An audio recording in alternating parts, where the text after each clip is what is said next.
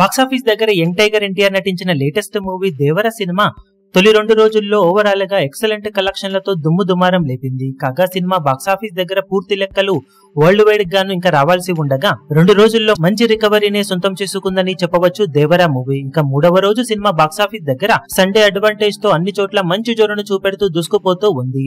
నైజాం లో మాత్రం కొంచెం డ్రాప్స్ కనిపిస్తూ ఉండగా సీడెడ్ మరియు ఆంధ్ర ఏరియాలలో మంచి జోరుని సినిమా చూపెడుతూ ఉంది. ఓవరాల్ గా చూసుకుంటే 2వ రోజుతో పోల్చితే 3వ రోజు ట్రెండ్ సిమిలర్ గానే ఉన్నప్పటికీ నైజాంలో నైట్ షోలకు కొంచెం డ్రాప్స్ ఉండే అవకాశం, సీడెడ్ లో అలాగే ఆంధ్రాలో మరికాస్త జోరు కొనసాగే ఛాన్సెస్ ఉన్న నేపథ్యంలో మరోసారి సినిమా 2వ రోజుకు సిమిలర్ గా షేర్స్ ను తెలుగు రాష్ట్రాలలో 3వ రోజున సొంతం చేసుకునే అవకాశం కనిపిస్తూ ఉంది. అన్ని అనుకున్నట్టు జరిగి ఆఫ్లైన్ టికెట్ సేల్స్ లెక్కల్లో జోరు కొనసాగితే 16 నుండి 18 కోట్ల రేంజ్ దాకా షేర్ ను సినిమా డే పూర్తయ్యే సమయానికి అందుకునే ఛాన్సెస్ ఉన్నాయి. ఇక సినిమా తమిళనాడులో అలాగే కేరళలో మరీ అనుకున్న రేంజ్ జోరు చూపించకపోయినా కానీ లిమిటెడ్ కలెక్షన్లతో పరుగును కొనసాగిస్తూ ఉంది. కానీ కర్ణాటకలో మంచి హోల్డ్ను చూపెడుతూ ఉన్న ఈ సినిమా హిందీలో 2వ రోజు 15% వరకు గ్రోత్ ను చూపించగా 3వ రోజు కూడా మరోసారి 10 to 15% వరకు గ్రోత్ కనిపిస్తూ ఉంది. దాంతో 3వ రోజు హిందీలో సినిమా అటు ఇటుగా 12 కోట్ల వరకు నెట్ కలెక్షన్లను సాధించే ఛాన్సెస్ కనిపిస్తూ ఉన్నాయి.